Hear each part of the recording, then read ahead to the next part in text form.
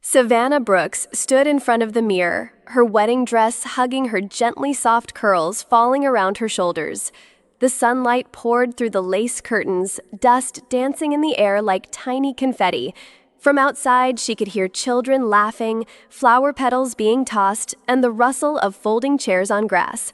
Everything was ready. Everyone was waiting. And then, her phone rang. She smiled before even answering, thinking it was Travis, her fiancé, calling to say something sweet. Maybe he couldn't wait to see her. Maybe he was already at the courthouse, heart pounding like hers. She picked up the call. But there was only breathing, heavy, hesitant. Then 5 words. 5 quiet, deadly words. Savannah, I can't marry you. Time stopped. It didn't explode. It imploded. The air didn't move. The earth didn't spin. Her hand slipped, and the phone fell to the hardwood floor with a soft thud, but in her chest, it echoed like thunder. For a moment, no one moved. Savannah stood frozen, the words still echoing in her head like a haunting refrain. I can't marry you. Across the room, her mother turned sharply. Lipstick half applied, hand trembling, she gasped, then screamed, "What do I even tell the guests now?" Her voice cracked like glass. Panic filled the air like smoke. Her father stood in the doorway, holding a cup of coffee. He didn't speak. He didn't blink. He just stood there, like a statue carved out of disbelief. Savannah didn't answer either of them. She didn't cry, she didn't scream, she didn't plead.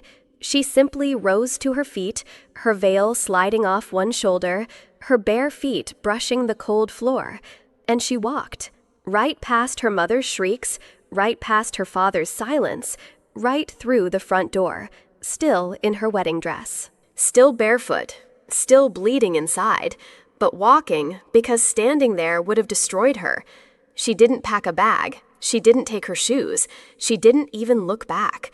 Savannah climbed aboard the bus beneath the burning heat of a Georgia summer, her wedding dress trailing slightly behind her like the ghost of the life she just left. She didn't know where it was going. Didn't care. Anywhere was better than here.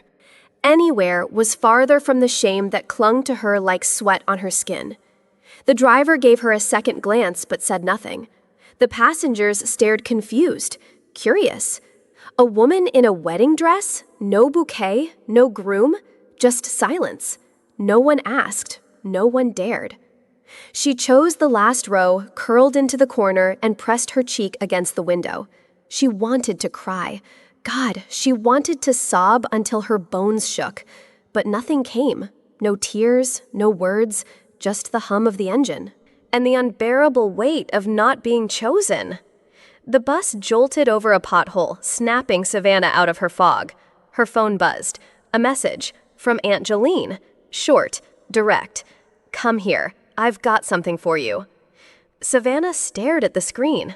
No pity, no long explanations. Just a place to go. By the time the bus screeched into Willow Creek, the sun had dipped low, casting long gold shadows across the cracked sidewalks. Jolene was already waiting, hair pinned high like always, denim jacket over a faded church dress. No hug, no dramatic gasp, just a nod. Let's get you somewhere quiet. Savannah thought she meant her house, a soft guest room, a warm bed, safety.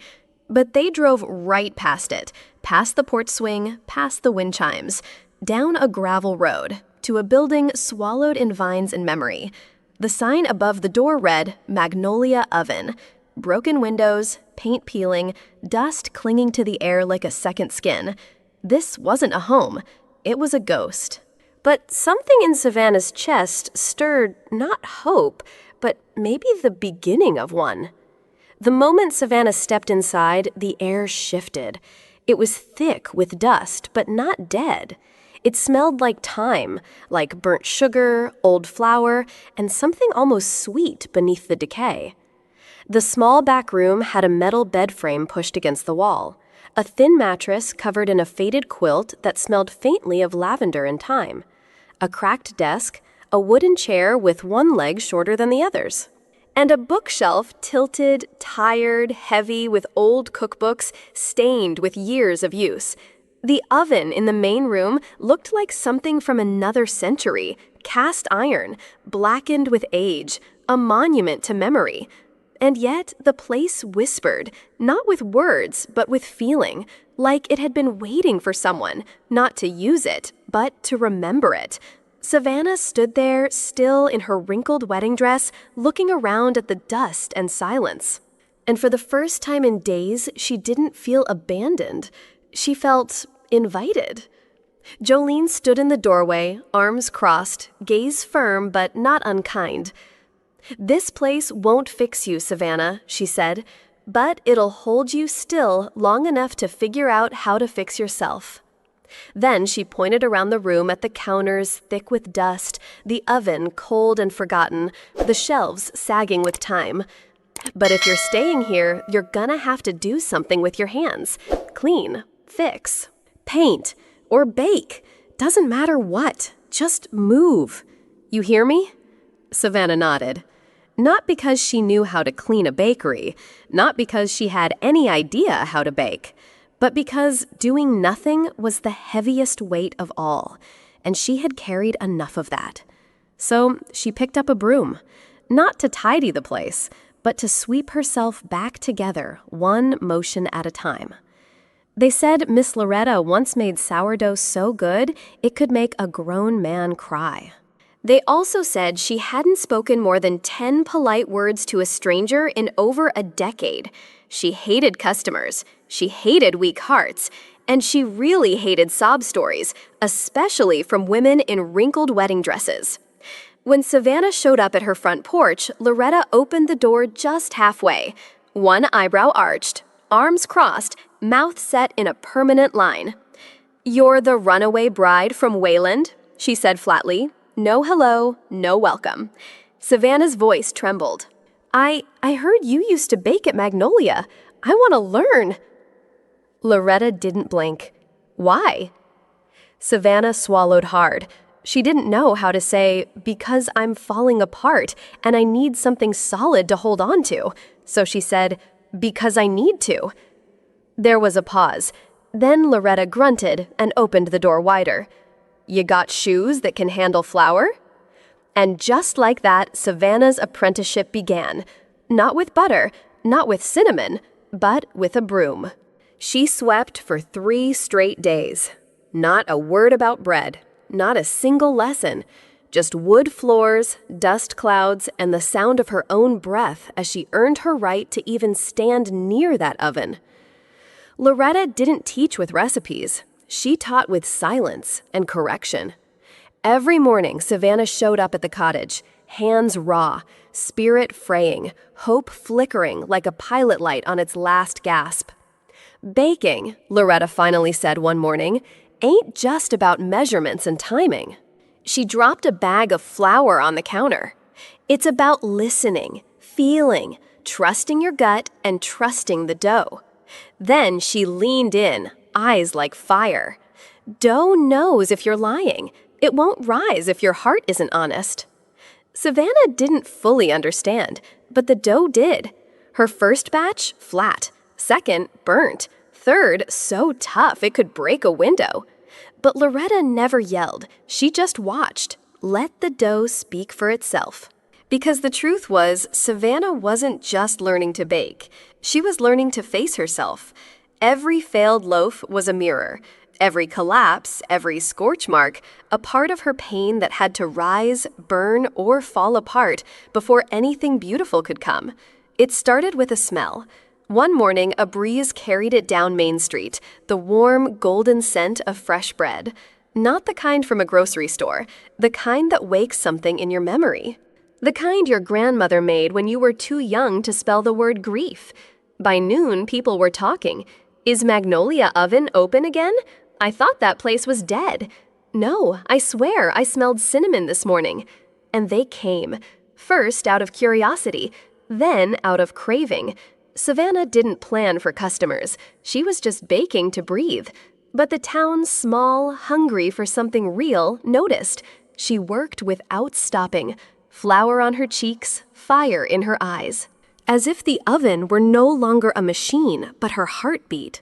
She rolled, she kneaded, she sweated. And with every batch, the line outside grew longer. She wasn't selling bread, she was serving resurrection. It happened on a Saturday morning. Savannah had just pulled a tray of honey oat loaves from the oven. The smell of cinnamon lingered in the air, and flour still clung to her forearms. Then a sound she hadn't heard in months. The slow crunch of tires on gravel. She looked up. And there it was, the old silver sedan. Same scratch on the driver's door, same faded Georgia plates. Travis stepped out, thinner, paler, eyes tired, voice trembling. "Savannah," he said, his hands shoved deep in his pockets. "I miss you. I thought maybe we could try again?" She didn't blink, didn't smile, didn't flinch. She looked at him long and steady, and in his face she saw a version of herself she had buried, a girl who waited, who begged, who believed silence was better than being alone. She took a breath, then asked calm and clear, "Do you love me, or the girl who stood waiting in your memory?" The question hit harder than any door slam, because it wasn't about getting back together. It was about who she had become and who he never took the time to know. Mason didn't show up with flowers, or chocolate, or some tired apology wrapped in charm.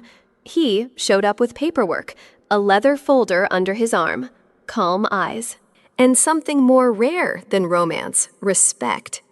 They sat at Savannah's flour-dusted table, sunlight slanting through old glass, the air still warm with cinnamon and effort. "I've looked into the records," Mason said gently. "The county owns the building. They're willing to sell." Savannah's hands tensed. "I can cover the full cost," he added. $300,000, flat. "But I'm not buying Magnolia." He looked her dead in the eye.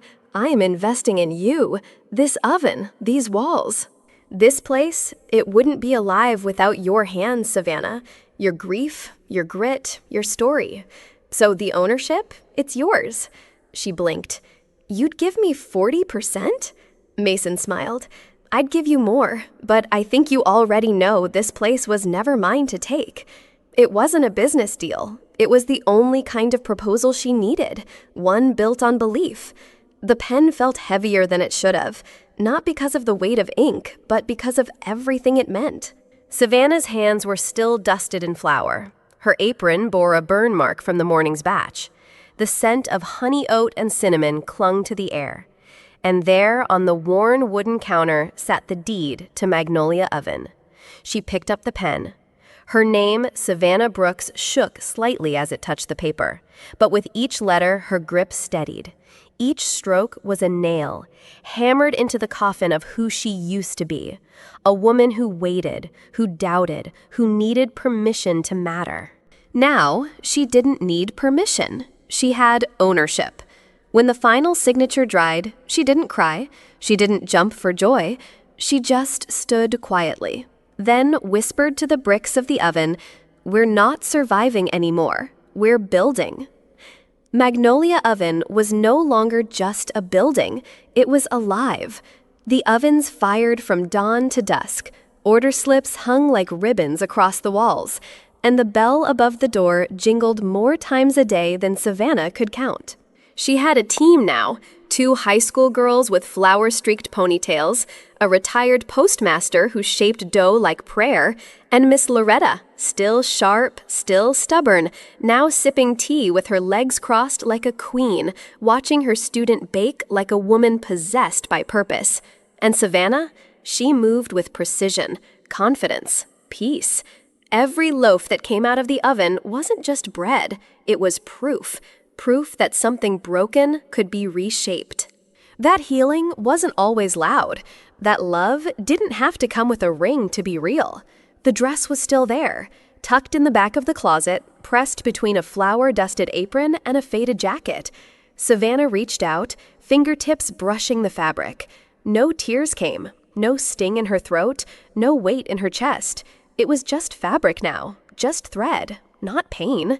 She smiled. Later that afternoon, Mason picked her up in his truck. They drove 10 minutes outside of town, the windows down, the breeze warm and sweet.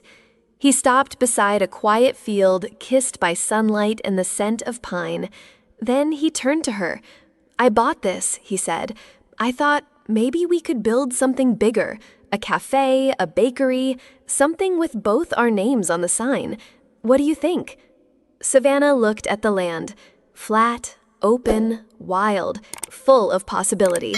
She turned to him and said with the calm certainty of a woman who had risen from ashes, "Yes, but only if we mix the dough together, only if we bake it with our own hands." He smiled, and in that moment there were no fairy tales, no white horses, just flour, fire, and choice. And that was enough. He thought he destroyed me with 5 words and a silent goodbye.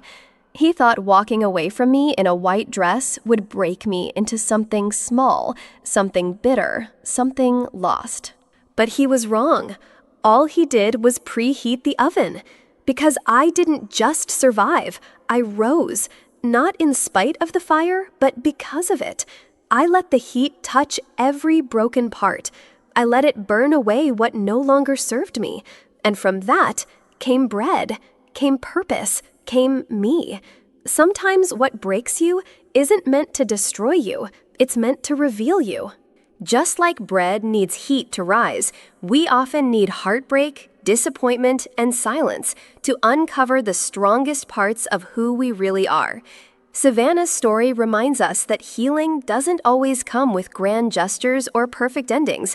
Sometimes it comes with flour on your hands, sweat on your brow, and quiet work that no one applauds but transforms you anyway. So the next time life sets fire to your plans, ask yourself, is this the end, or is this just the oven preheating? If this story touched something in you, if it reminded you that you're allowed to fall apart and rebuild stronger, then don't leave just yet. Subscribe to Pieces of Soul for more stories that help you feel seen, understood, and inspired. Because sometimes all it takes is one story to remind you you can rise too.